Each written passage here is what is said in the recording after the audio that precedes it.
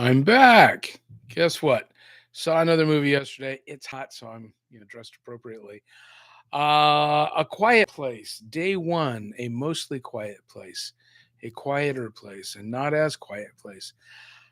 I love the first movie, just completely unexpected. Second one was pretty good. Krasinski came up with this idea, wanted to do this sort of suspense thing, with his wife, and I don't think he really mapped out a story for the creatures. This movie, I mean, it's well done. It looks good. The actors are good for the roles that they have. It's just sort of unnecessary, I guess. We already know where this goes to, so the objective that they have in the movie is just sort of meaningless because that won't be the end of it. We already know these things.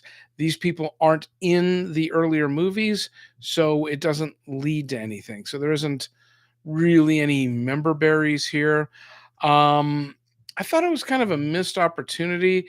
I understand you don't necessarily want to explain everything in these movies, but I think exploring the aliens more would have been more interesting. It's kind of like how the movie Alien started with the monster, and now they've been trying to explore the universe and where they came from, and they also are not doing a very good job of it. But clearly, if these creatures were sent to this planet, it would be to soften the population without doing, I guess, excessive damage. So, what would be interesting there?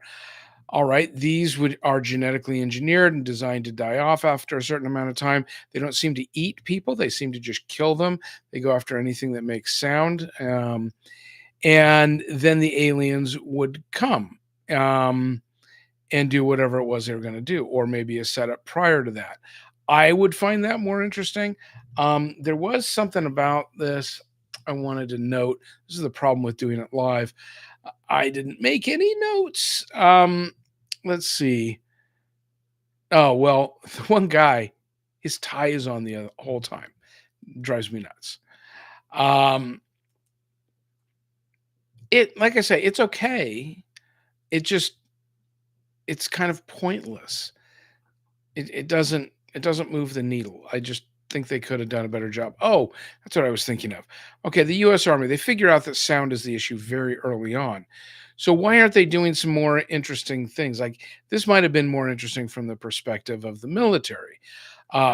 Set up a giant sound devices to draw them in to some sort of a trap where they could kill them or contain them somehow. I mean, they're not invulnerable.